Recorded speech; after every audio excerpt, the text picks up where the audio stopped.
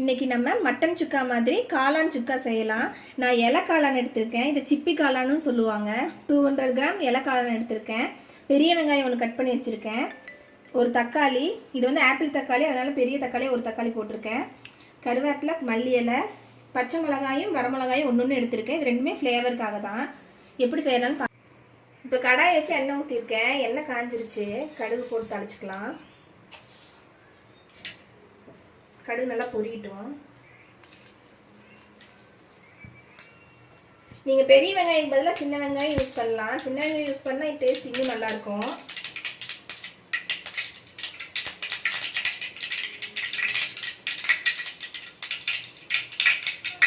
கருவேப்பிலை போட்டுக்கலாம். காஞ்ச மிளகாய் போட்டுக்கிறேன்.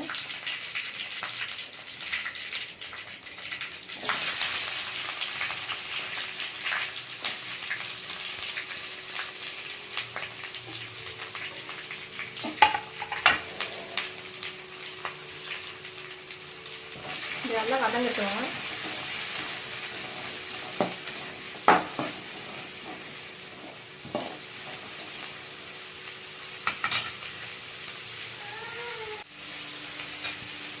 இந்த இறக்காளான் வந்துட்டு நல்லா கழுவிட்டு தண்ணி புழிஞ்சிட்டு அதுக்கப்புறமா நீங்கள் கட் பண்ணுங்க. ஏன்னா தண்ணி நல்லா அப்சர்வ் பண்ணிடும். நல்லா ஒட்ட தண்ணி புழிஞ்சிட்டு அதுக்கப்புறம் கட் பண்ணிக்கோங்க. இப்போ வெங்காயம் இந்தளவு வதங்கிடுச்சு.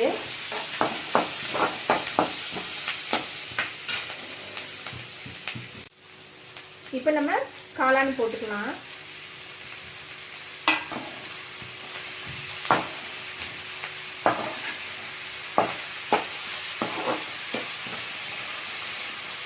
நம்ம தண்ணியெல்லாம் எதுவும் சேர்க்க வேண்டியதில்லை. காளானே நல்லா தண்ணி விட்டு வரும்.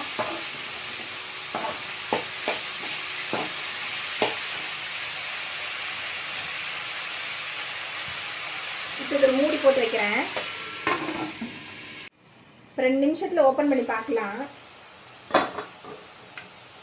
நல்லா தண்ணி விட்டு வந்துருச்சு.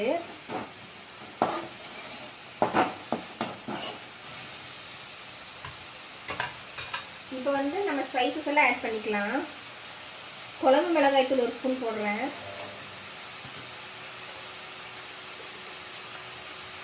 மஞ்சள் தூள், மல்லித்தூள் 1 ஸ்பூன், தனி மிளகாய் தூள் 1/2 ஸ்பூன் தான் போடுறேன். உங்களுக்கு காரத்துக்கு தகுந்த மாதிரி போட்டுக்கோங்க. சக்தியில் கறி மசால் பவுடர்னு இருக்குது, அதை வந்து 1 ஸ்பூன் போடுறேன். இது தேவையான உப்பு போட்டுக்கிறேன். நல்லா கலந்து விட்டுக்கலாம்.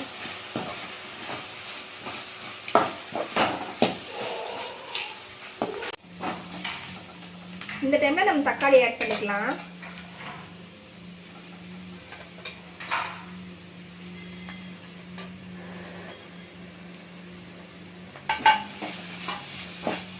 தக்காளி வதங்கி வர்றதுக்கும் காளான் வேகிறதுக்கும் கரெக்டாக இருக்கும்.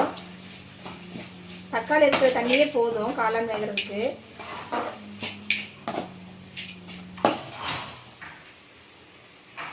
இது நல்லா ஒரு மூடி போட்டு மூடி வைக்கலாம்.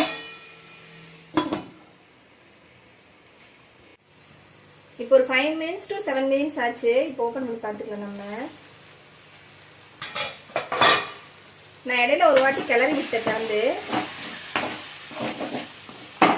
இப்போ இந்த டைமில் நம்ம பெப்பர் தூள் ஆட் பண்ணிக்கலாம். பெப்பர் எப்பவுமே கடைசியாகவே ஆட் பண்ணுங்க. பெப்பர் நிறைய நேரம் குக் ஆகணும்னு அவசியம் இல்லை.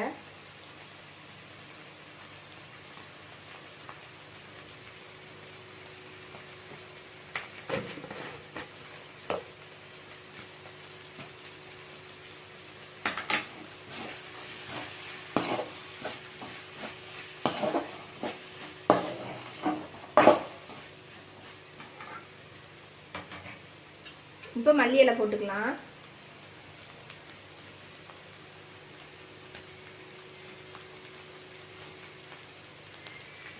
இது வந்து ரச சாப்பாடு, தயிர் சாப்பாடு எல்லாத்துக்குமே நல்லா இருக்கும்.